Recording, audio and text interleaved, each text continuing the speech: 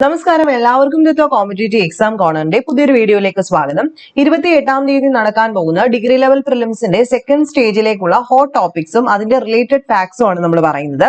ഇത് first സ്റ്റേജിന്റെ question paper ആണ്. ഇതിനകത്ത് കോൺസ്റ്റിറ്റ്യൂഷനകത്ത് ചോദിച്ചിട്ടുള്ള ഒരു 3 ചോദ്യങ്ങൾ എടുത്തിട്ട് നമുക്ക് മാക്സിമം റിലേറ്റഡ് ഫാക്ട്സ് കുറഞ്ഞ സമയം കൊണ്ട് പറയാം.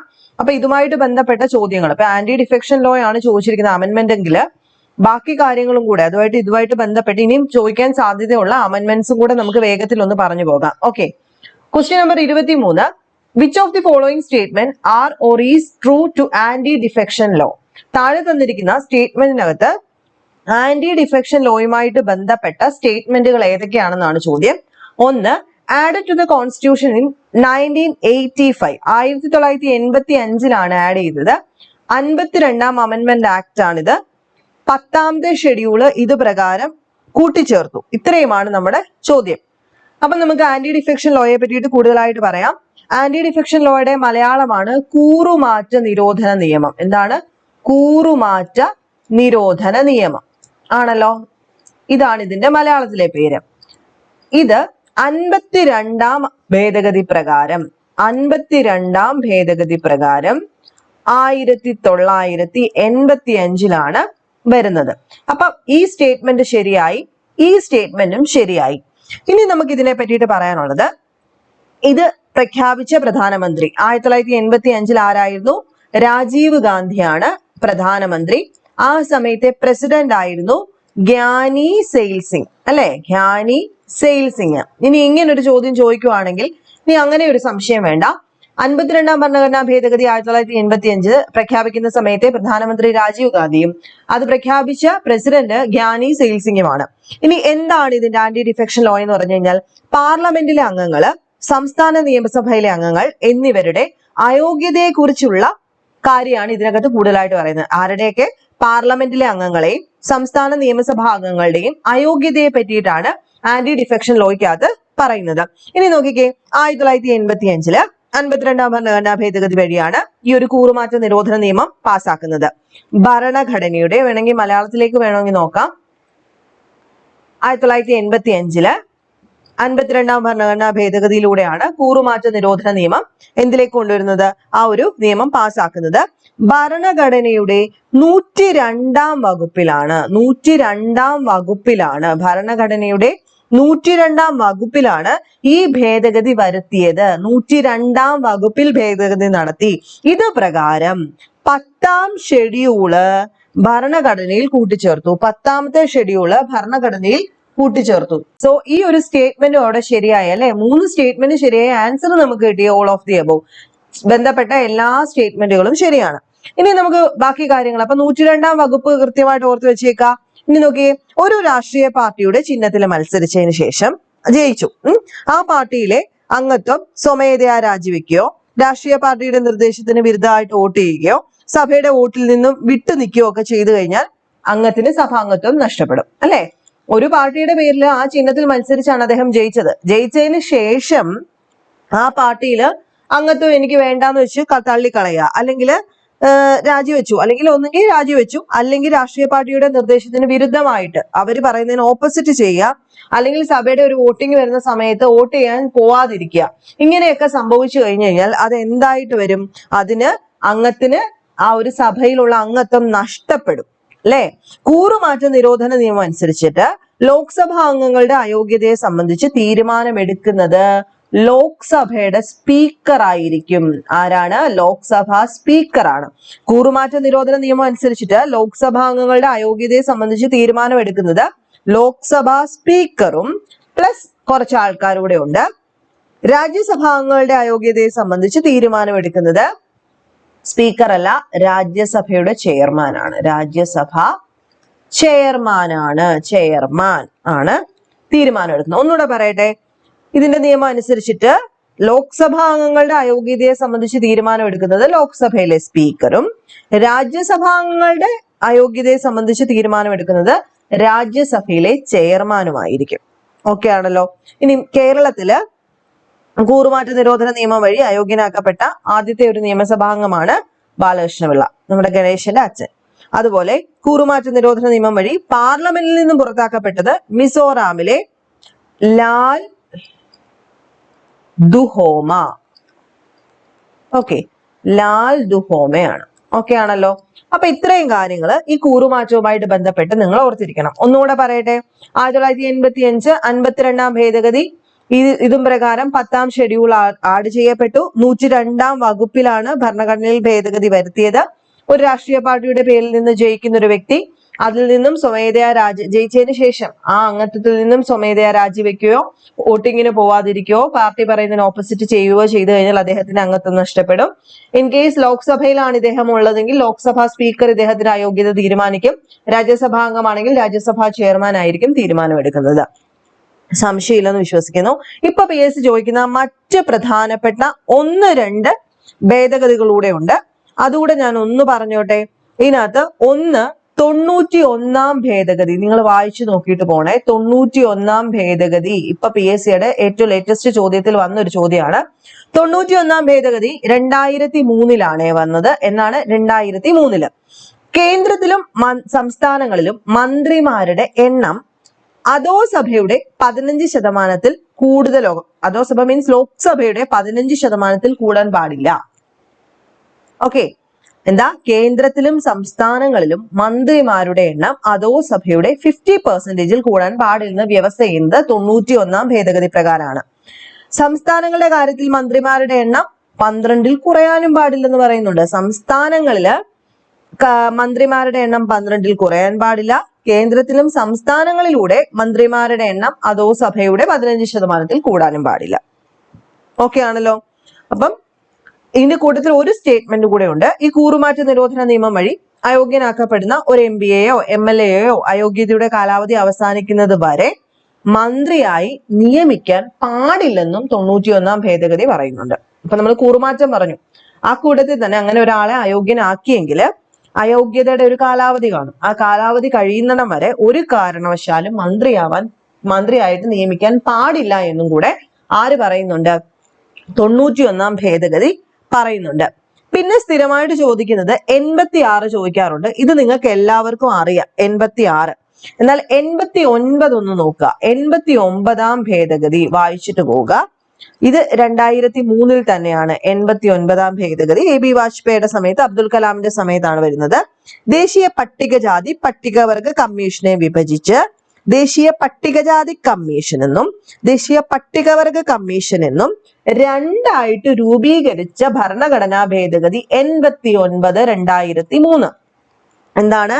ദേശീയ പട്ടികജാതി പട്ടികവർഗ കമ്മീഷനെ വിഭജിച്ച് ദേശീയ പട്ടികജാതി കമ്മീഷൻ ആർട്ടിക്കിൾ 338 ആർട്ടിക്കിൾ 338A ആണ് പട്ടികവർഗം. ഇങ്ങനെ 2 ആർട്ടിക്കിളായിട്ട് വിഭജിച്ചത് 89 ഭേദഗതി പ്രകാരമാണ്. തെറ്റിക്കരുത്, 89. ഓക്കെ ആണല്ലോ. ഒന്നും കൂടെ ഒരെണ്ണവും കൂടെ പറഞ്ഞു നിർത്താം. 94 മൻമോഹൻ സിംഗിന്റെ കാലത്ത്, 2006 മൻമോഹൻ സിംഗിന്റെ കാലത്ത്, APJ അബ്ദുൽ കലാമിന്റെ കാലത്ത് പുതുതായി രൂപീകരിക്കപ്പെട്ട ഛത്തീസ്ഗഡ്, ജാർഖണ്ഡ് എന്നീ സംസ്ഥാനങ്ങളിൽ ഓരോ ട്രൈബൽ വെൽഫെയർ മന്ത്രിമാരെ നിയമിക്കാൻ വ്യവസ്ഥ ചെയ്തുകൊണ്ടുവന്ന ഭരണഘടനാ ഭേദഗതി അമെന്റ്മെന്റ് ആണ് 94. ആ സമയത്താണ് ഛത്തീസ്ഗഡും ജാർഖണ്ഡും ഒക്കെ വന്നത്. അവിടെ ഓരോ ട്രൈബൽ വെൽഫെയർ മന്ത്രിമാരെ നിയമിക്കണം എന്ന് പറഞ്ഞുകൊണ്ട് വന്നതാണ് 94 ഭേദഗതി 2006. പിന്നെ സ്ഥിരമായിട്ട് വന്നിട്ടുള്ള ചോദ്യങ്ങൾ 101, 102, 103, 104, 105 ഒക്കെയാ. ഇതിനകത്ത് 105 2021 അല്ലെ? 2021 105 ഭേദഗതി വന്നത്. എന്താ പറയുന്നത്? അപ്പം ഈ 105 ഭേദഗതി വരുന്നത് 2021 മെയ് 11 സുപ്രീം കോടതി വിധി അസാധുവാക്കിക്കൊണ്ട് സംസ്ഥാനങ്ങൾക്ക് സ്വന്തം OBC ലിസ്റ്റുകൾ ഉണ്ടാക്കാനുള്ള അധികാരം പുനഃസ്ഥാപിച്ചു. എന്താ പറഞ്ഞത്? സംസ്ഥാനങ്ങൾക്ക് സ്വന്തമായിട്ട് OBC ലിസ്റ്റുകൾ ഉണ്ടാക്കാനുള്ള അധികാരം പുനഃസ്ഥാപിച്ച ഭരണഘടനാ ഭേദഗതിയാണ് 105. പഠിച്ചു വെച്ചേക്കുമല്ലോ. അപ്പം ഇത് രാഷ്ട്രപതി ഒപ്പുവെച്ച ഡേറ്റ് 2021 ഓഗസ്റ്റ് മാസം 18.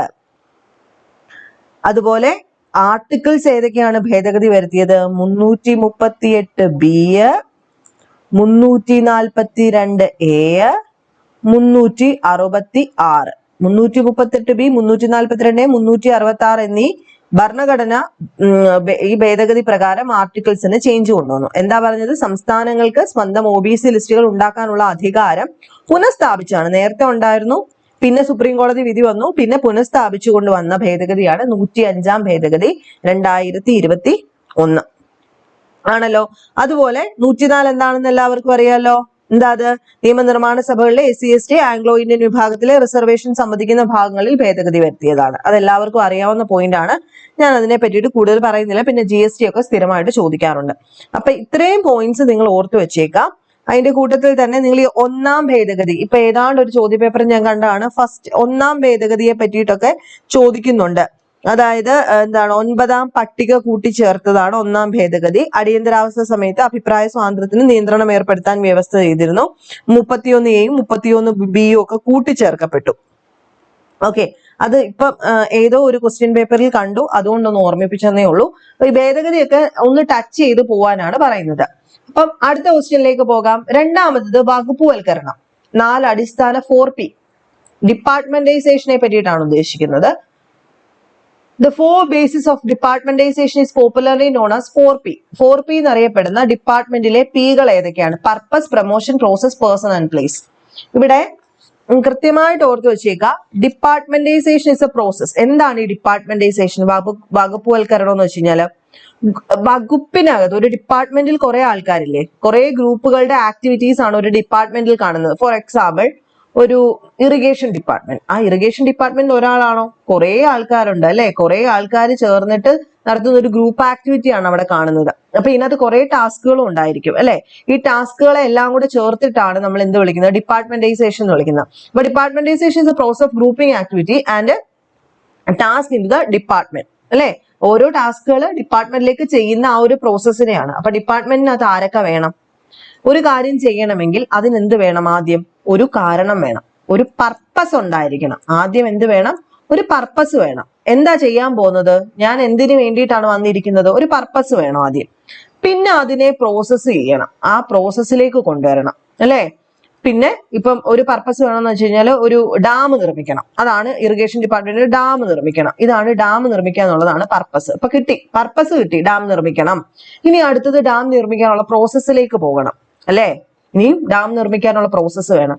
ആ ഡാം നിർമ്മിക്കാനുള്ള പ്രോസസ്സ് വേണമെങ്കിൽ, ഈ തീരുമാനങ്ങൾ എടുക്കണമെങ്കിൽ അവിടെ ആര് വേണം? പേഴ്സൺ വേണം അല്ലെ? തൊഴിലാളികൾ വേണം. ഇതിനകത്ത് ബുദ്ധി കൊണ്ട് പ്രവർത്തിക്കാനാണെങ്കിലും വർക്ക് ചെയ്യാനും പേഴ്സൺസ് വേണം. ദെൻ പ്ലേസ് വേണം. എവിടെയാണ് ഈ ജിയോഗ്രഫിക്കൽ ലൊക്കേഷൻ?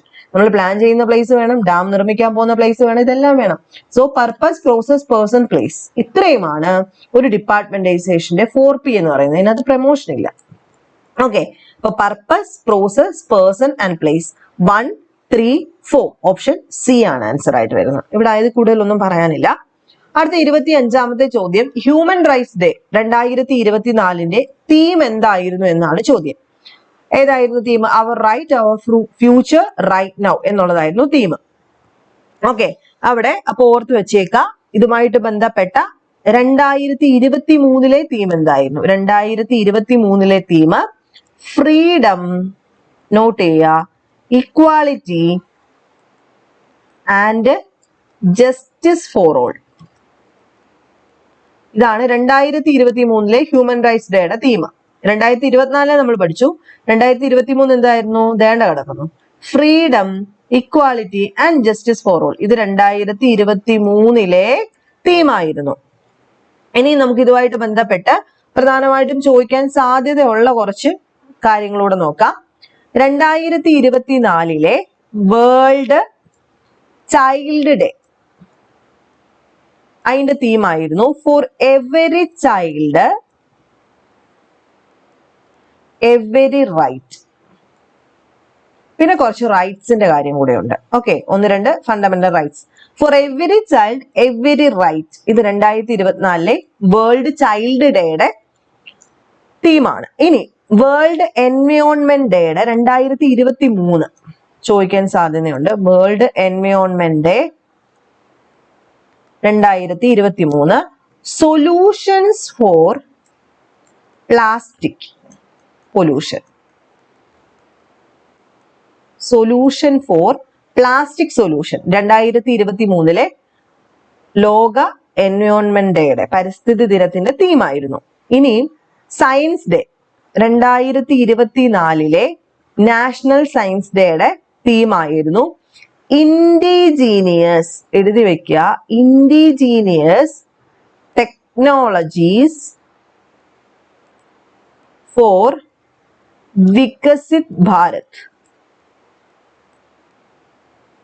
2024 എന്താണ്? Indigenous technology for Viksit Bharat. ഇതാണ് നാഷണൽ സയൻസ് ഡേ 2024 തീം. ഇനി 2025 മാർച്ച് 8 ഇന്റർനാഷണൽ വുമൻസ് ഡേ ആയിരുന്നല്ലോ. വുമൻസ് ഡേ 2025 തീമാണ് ആക്സിലറേറ്റ് ആക്ഷൻ. 2025 മാർച്ച് 8 വേൾഡ് അല്ലെ ഇന്റർനാഷണൽ വുമൻസ് ഡേ ആയിരുന്നു. തീം എന്താണ്? Accelerate action. ഇനി നാഷണൽ പഞ്ചായത്തി രാജ് ഡേ എന്നാ? ഏപ്രിൽ അല്ലേ? അതിന്റെ നോക്കിക്കേ, നാഷണൽ പഞ്ചായത്തി രാജ്. പറയട്ടെ, തീം അങ്ങ് പറയാം. Promoting local self governance. എളുപ്പല്ലേ? April 24 national Panchayati Raj day. Promoting local self governance. ഇത്രയേ ഉള്ളായിരുന്നു അതിന്റെ തീം. പിന്നെ അടുത്ത ഒരെണ്ണം എന്ന് പറയുന്നത് വളരെ ഇമ്പോർട്ടന്റ് ആയിട്ടുള്ള ഒന്ന് രണ്ട് കാര്യങ്ങളൂടെ ഉള്ളൂ. ഹെൽത്ത് ഡേ, വേൾഡ് ഹെൽത്ത് ഡേയുടെ തീം 2025 വേൾഡ് ഹെൽത്ത് ഡേ, ആരോഗ്യ ദിനം.